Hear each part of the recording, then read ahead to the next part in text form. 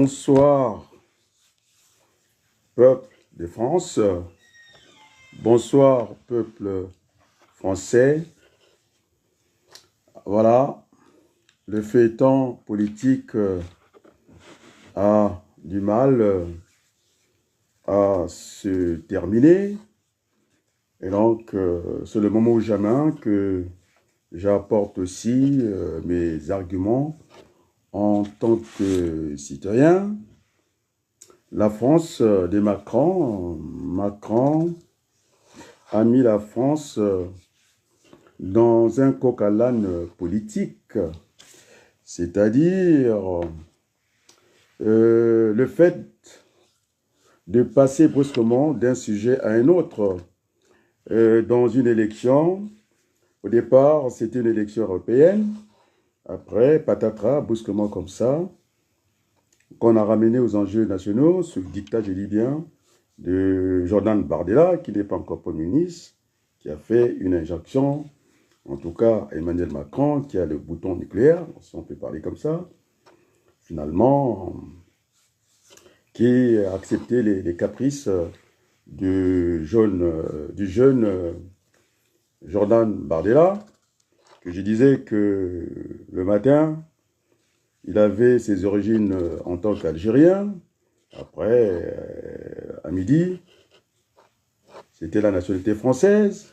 Et puis, plus tard, au soir, on l'a trouvé, d'autres parents en Italie là-bas, et qui a voulu mettre au centre du débat politique français cette affaire de binationalité qui fait maintenant pas mal de mouvements au niveau du Rassemblement national. Finalement, je disais dès le départ que Marine Le Pen ne voulait pas de cette élection pour ne pas laisser l'influence de Jordan Bardella, en tout cas au niveau de leur parti, le Rassemblement national, parce qu'il aurait eu, en tout cas, les trésors de guerre pour combattre sa chef, Marine Le Pen. Il aurait placé les gens dans les ministères. En tout cas, ça suffisait largement. On a vu ça dans la République avec les amis de 40 ans entre Chirac et Balladur. Donc, c'est ça la vie politique. Donc, il n'y avait rien de nouveau. En tout cas, ça fait partie des usages, en tout cas, de la politique. Donc, au fond du cœur, en tout cas, de Marine Le Pen ne voulait pas de cette élection. Et quand même, voilà, Bardella nous a embarqué là-dedans. Et Emmanuel Macron, semble-t-il, qui avait discuté, je pense, avec son père ou avec quelqu'un de sa famille depuis 2 mois avant. Il pensait dissoudre l'Assemblée nationale, mais il fallait y penser, quoi. Moi, je pense que quand on a une majorité, une législature pour 5 ans, on a cette majorité qui fonctionnait, pas très loin, en tout cas, de la majorité absolue. Alors, d'un coup de tête comme ça, dissoudre l'Assemblée nationale pour avoir pour manquer des majorités. Et je pense que là, on assiste à une mauvaise politique. Heureusement que la France, je l'ai dit que c'est un pays décentralisé. Et donc, Macron est le chef de l'État, c'est-à-dire, il n'est pas le chef des entrepreneurs en France, Dieu merci, heureusement. Et donc, dans l'histoire de l'Europe, ce n'est pas la première crise politique. On a vu la crise belge de 2010 à 2011. D'ailleurs, moi-même, j'avais fait le déplacement à Bruxelles, la ville était propre. Et donc, heureusement qu'il y avait des maires qui pouvaient faire fonctionner la ville. Il y a des départements, c'est-à-dire ce qu'on appelle les collectivités locales, c'est-à-dire des élus locaux. Ils ont fait tourner l'économie.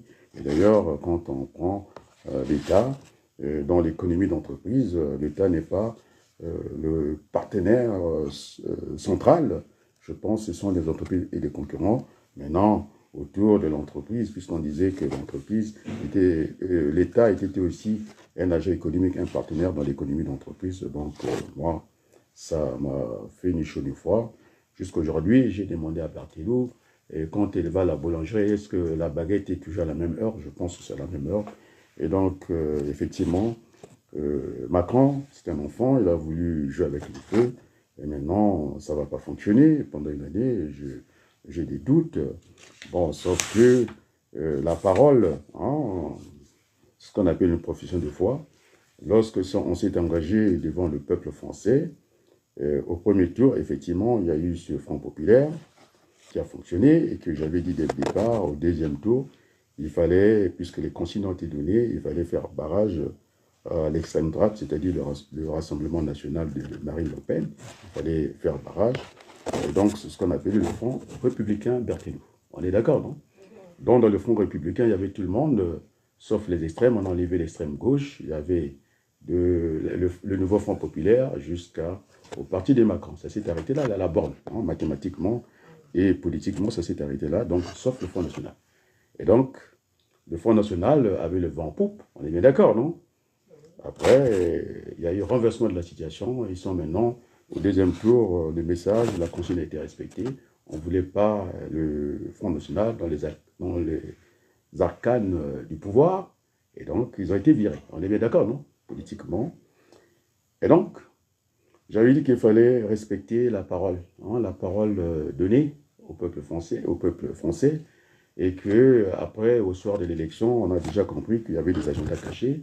Monsieur Édouard Philippe qui fait honte à la démocratie, c'est vrai qu'il n'est pas interdit d'aller discuter avec Marine Le Pen, hein. On est bien d'accord, non? Mais pas en cachette. On a besoin d'une certaine transparence. C'est vrai qu'il y a dans la politique, il y a le salon, il y a aussi la politique, il faut la faire avec toute la transparence. Je pense à Gorbatchev, la glasnost de la perestroïka. Hein, il faut qu'il y ait une transparence, certaine transparence. Et donc, aujourd'hui, le pays est ingouvernable. On ne peut pas gouverner la France dans les meilleures conditions. Il y a eu deux cohabitations, c'est ce que rappelait, je pense, celui que j'ai cité, hein, avant tout le monde, Dominique de Villepin, qui a une expérience reconnue, puisque ça va discuter la candidature de celle, la rayonnaise du Parti communiste, hein, pour prendre Matignon. Ça commence à dire, il y a la France métropolitaine, et puis il y a la France lointaine. Alors, en tout cas, moi, je pars de l'esprit, en tout cas, d'Aimé Césaire, quoi. On est français ou on ne l'est pas. Donc, on n'est pas français entièrement à part, on est français à part entière. Et donc, je la vois très bien à Matignon, parce qu'elle a une expérience, en tout cas, plusieurs fois députée. Elle gouverne, en tout cas, du côté de la Réunion, une région, donc l'expérience est là. Hein. Il n'y a pas de doute par rapport à comment on appelle monsieur du Parti Socialiste, comment vous l'appelez, Faure. Monsieur Faure n'a pas la même expérience que cette femme-là, à moins qu'on voit les choses autrement. Et donc, moi, j'ai proposé, hein, dans le Front républicain, il ne faudrait pas que la gauche refuse ça aussi, le nouveau Front populaire. C'était ça la consigne, non? On est bien d'accord, non? De laisser Dominique de Villepin, non seulement qui a été un excellent ministre des Affaires étrangères, qui avait tenu tête aux Américains, à Colin Powell, hein, à cette époque-là. On a vu l'échange qu'ils ont eu dans le bureau. C'est quelqu'un qui ne mâche pas ses mots, c'est quelqu'un qui marche droit dans ses bottes. Et en plus, il a été un très bon Premier ministre. Et donc, il connaît Matignon, on est d'accord, oui. C'est un diplomate avéré, hein, on le sait. Donc, il connaît Matignon. Il a assisté en tant que secrétaire général à l'Élysée deux cohabitations. La cohabitation de Chirac Mitterrand, effectivement. Et puis l'autre cohabitation, il était avec Chirac le Lège-Jospin. Donc, il a l'expérience avérée de faire fonctionner cette république-là. Maintenant, on sait que dans la profession de foi, on en parle de la profession de foi, ce qui a été dit, la parole donnée, la parole publique, il faudrait qu'elle soit respectée à la lettre au niveau du fonctionnement des institutions, mais ça ne sera pas le cas. Les Français seront un peu déçus, il y aura le mensonge. Alors, moi, je suis dans la politique, je ne veux pas ce qu'on entend souvent, des animaux, hein, sont des animaux politiques. Moi, je ne veux pas être un animal. Je suis dans la posture du binational. Albert Camus, qui disait que les mensonges n'étaient pas une bonne chose. À force de développer le mensonge, de continuer dans le mensonge, la pensée unique, on risque d'installer la tyrannie. C'est ce que De Villepin a dit, que finalement Jupiter, Emmanuel Macron, il était battu au niveau des urnes, quoi. Il faut qu'il reconnaisse en tout cas sa défaite.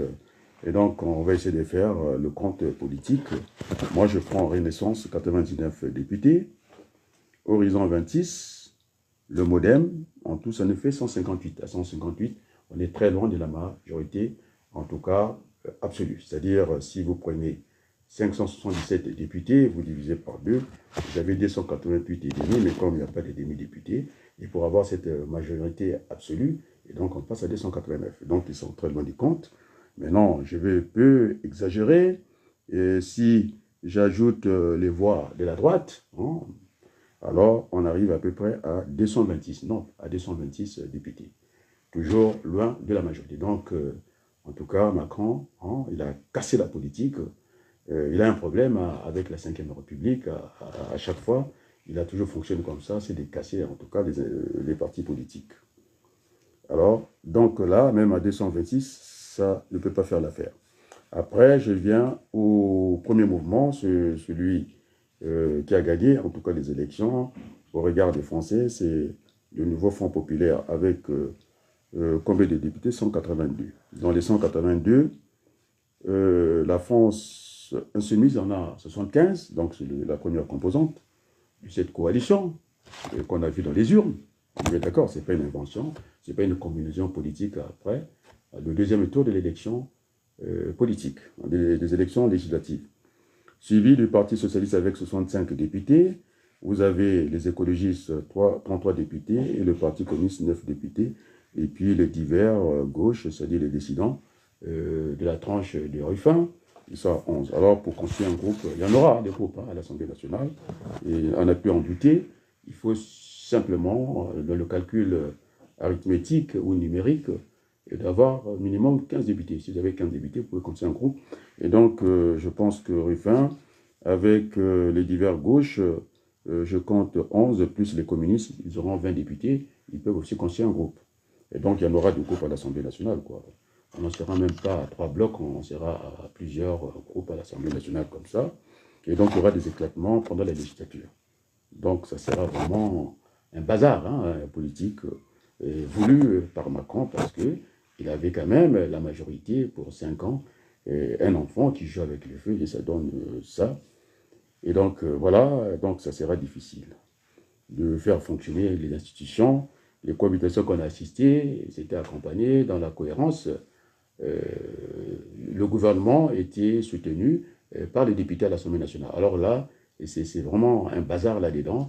Et donc, même le gouvernement ne va pas échapper à tout moment. C'est un gouvernement qui va vivre avec la peur comment on appelle ça, de la motion de censure. Hein. Ça ne va pas tarder. Donc, surtout que ça se passe à bulletin secret. Et donc, tous les coups seront permis. Ce ne sont pas des hommes politiques, ce sont des animaux politiques. Eh bien, ce que j'avais dit, que finalement, comment on appelle ça, chasser le naturel, il revient au galop. Donc, c'est le cas de Madame Yael. Hein.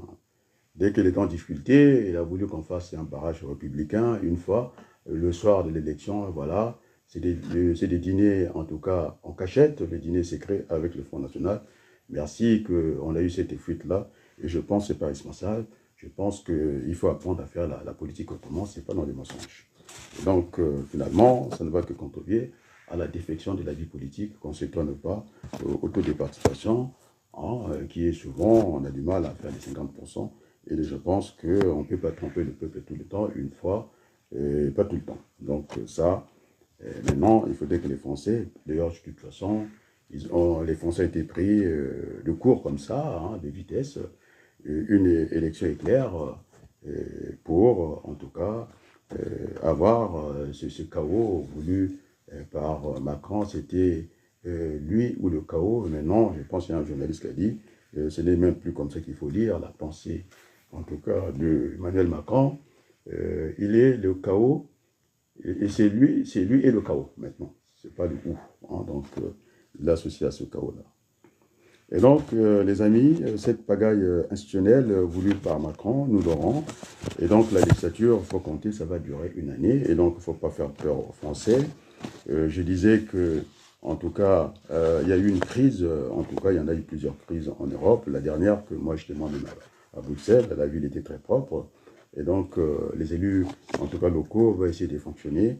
Et puis, quand on dit fonctionnaires, ça veut dire qu'ils font partie du service public, ils ont un engagement, ils ont des droits et des devoirs envers, parce ils fonctionnent avec l'argent du contribuable foncier. On est bien d'accord, non? Et donc d'ailleurs, quand vous allez dans une mairie, la mairie, une mairie fonctionne avec le pouvoir du secrétaire général, c'est lui qui fait les bulletins de paie, c'est lui qui fait tourner la machine. Et c'est vrai que le maire, il est le président, et c'est lui qui est le premier magistrat de la ville. En tout cas, il est là en tant que politique, mais pour faire tourner la machine administrative, vous avez un secrétaire général, en tout cas dans chaque mairie. Donc, c'est vrai que ça aurait été mieux qu'on ait la cohérence. On a dit qu'à Bruxelles, en tout cas en Belgique, la crise, je disais 180 plus non, il faut que je révise le calcul. Et elle a duré, Berthelot, 541 jours. Et quand j'ai divisé par les années comptables, 30 jours, ça fait 18 mois. Et donc c'est une crise qui a duré une année et demie. Donc on est parti en France pour une crise d'une année parce que le président de la République, il a ses pouvoirs de dissolution d'un an, dans un an. C'est pourquoi je ne voulais pas aller dans cette élection. Je savais qu'elle était trop éclair. On n'avait pas le temps de se préparer, qu'il y aurait tout le cafouillage et que les Français seraient pris de court comme ça. Et donc, on va s'installer dans la durée. C'est pourquoi je disais qu'au niveau du programme économique de la gauche que j'ai soutenu, on est bien d'accord, non? On disait qu'il y avait deux hypothèses. Est-ce qu'on y va à court terme? Est-ce qu'on y va jusqu'à la fin de la législature, en tout cas d'Emmanuel Macron en 2007, quoi? Parce qu'on avait fait un échéancier, il fallait faire des arbitrages par rapport au temps qui était imparti pendant cette législature. Est-ce qu'on y va à une législature d'un an ou de 2 ans jusqu'à la fin, 2 ans et demi, jusqu'à la fin de la mandature de Balladur. Et donc, le programme, il était dans les tiroirs, on a juste tiré ces programmes-là.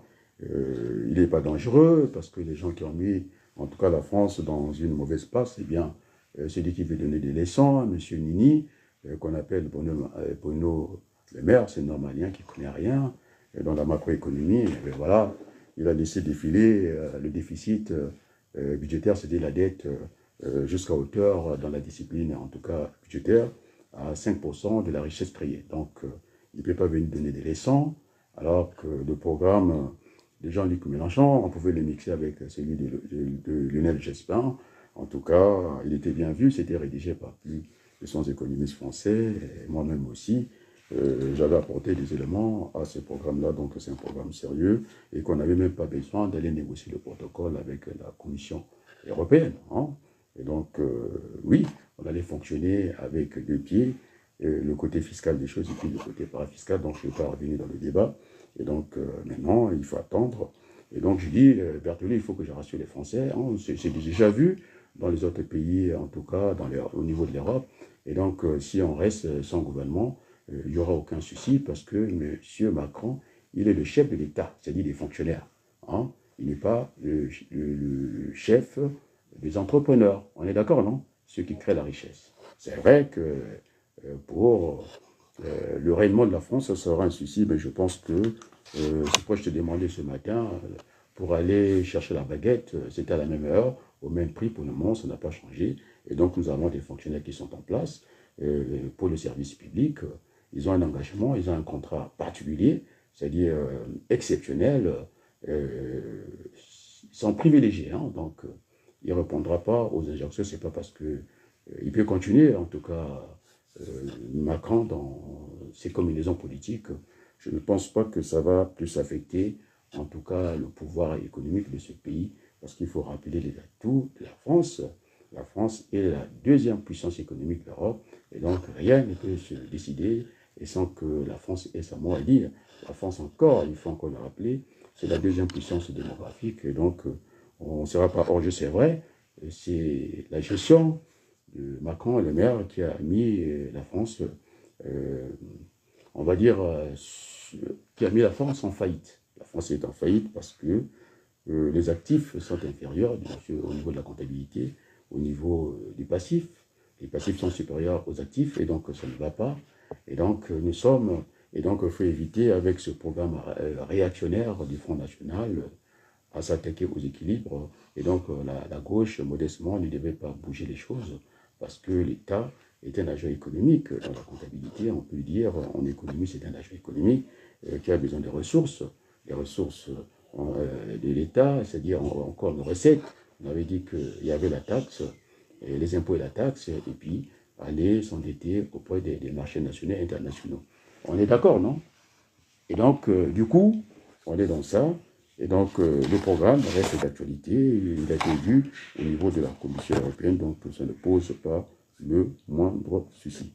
Et donc, oui, c'était ma contribution. C'était ma contribution ce soir. Et je pense qu'il faut que je m'arrête là, d'attendre d'ici mardi, quelle sera, en tout cas, celle qui va occuper la place à Matignon. Mais je pense que ça serait une mauvaise cohabitation, parce que j'ai vu les blocs, je vais les rappeler les blocs. Le bloc Renaissance, Horizon, Modem, nous en sommes à 158 députés, c'est très loin de 289. Maintenant, s'ils veulent faire des combinaisons avec la droite, on en sera à 226, on est encore très loin. Et donc, j'aimerais bien que Madame Yayel, cette dame, qui a des combinaisons avec Total Energy, où le PDG gagne plus que tout le monde, plus que le président de la République, à hauteur de 500 000 € par mois, multiplié, puisqu'ils ont encore 15 mois au niveau de Total Energy. Et donc, c'est monsieur, Madame Yayel, a des actions dans cette entreprise. À un certain moment, elle ne sait pas si elle avait oublié de les déclarer ou pas. Je ne la trouve pas honnête. Quand elle entend les cris des enfants, ils sont tentés de se noyer dans la Méditerranée, il ne fallait pas qu'on ramène ces faits divers ici, dans l'espace de l'Assemblée nationale. Je pense qu'elle n'est pas sérieuse, et plutôt c'est une mère de 5 enfants. Elle est toujours dans les magouilles, elle a fait des magouilles. Alors s'il y a doute, moi je le dis ici, qu'elle a un souci avec Total Energy. Elle avait du mal, elle peut me porter plainte, je le dis ici, qu'elle explique comment ses relations avec Total Energy. Je dis que ça. Alors elle ment beaucoup.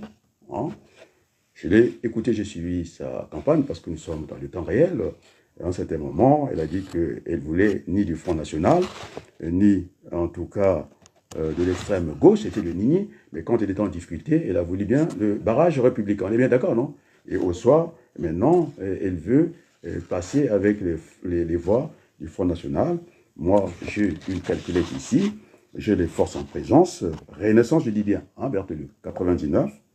Horizon 26, Modem, ça fait 30 ans, ça fait 158, on est loin de 289, alors qu'elle m'explique par quelle baguette magique qu'elle prétend déjà, elle est sûre de regagner le perchoir.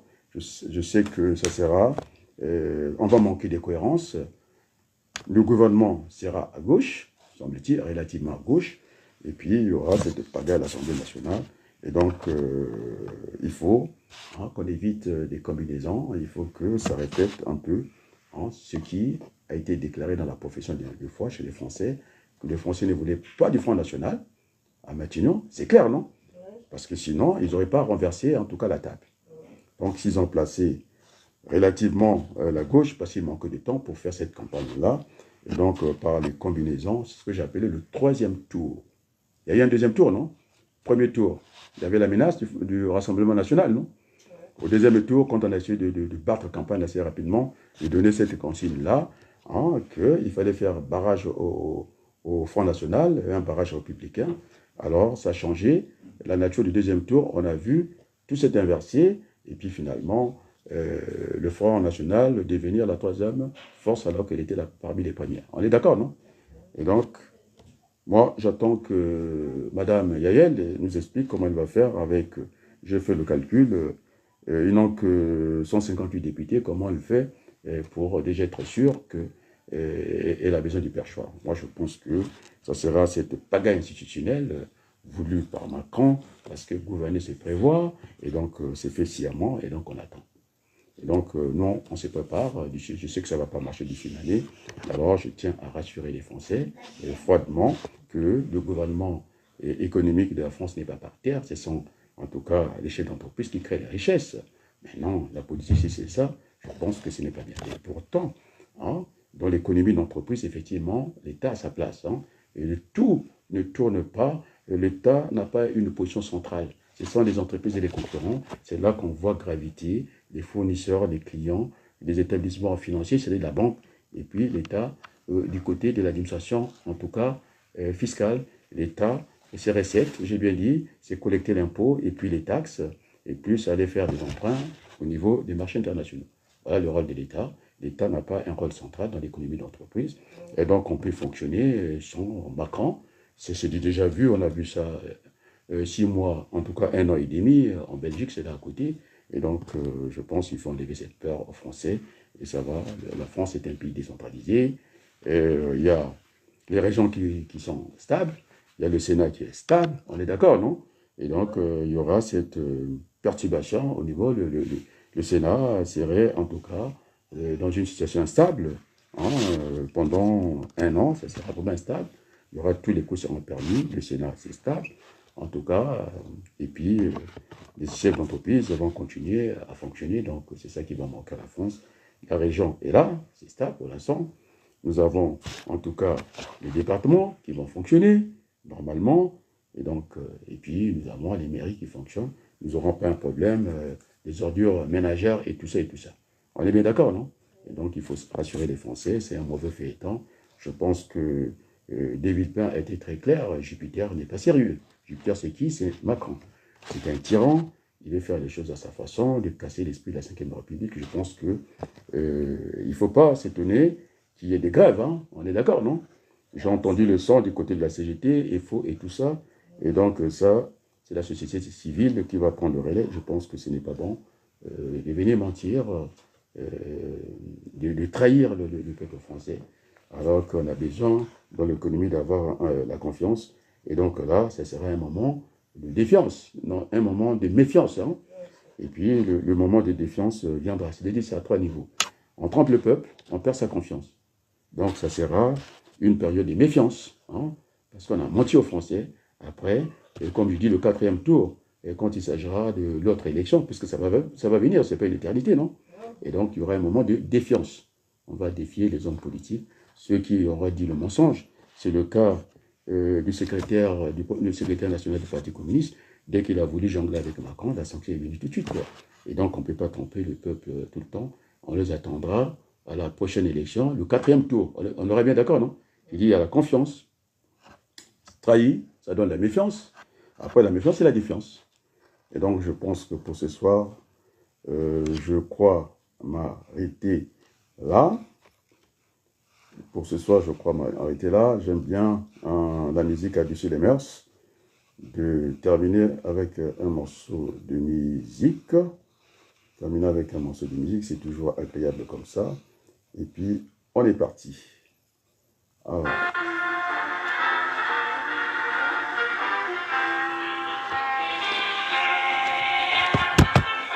Ça a été, gâtez-nous.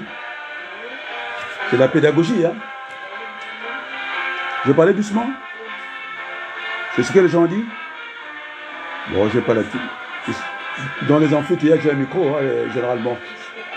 On n'a pas besoin de crier, on va faire peur aux gens. J'étais trop bas. Et c'est pour... parce que je ne lis pas les téléprompteurs comme Macron. Ça sonne que je lis les papiers, non? Et donc, voilà, ça vient de mes tripes, quoi. Merci pour la musique et merci beaucoup. Avant vendredi, peut-être on aura encore... D'ici vendredi, je pense que je peux encore apporter ma contribution, non? Le temps d'écouter les autres. Et merci beaucoup.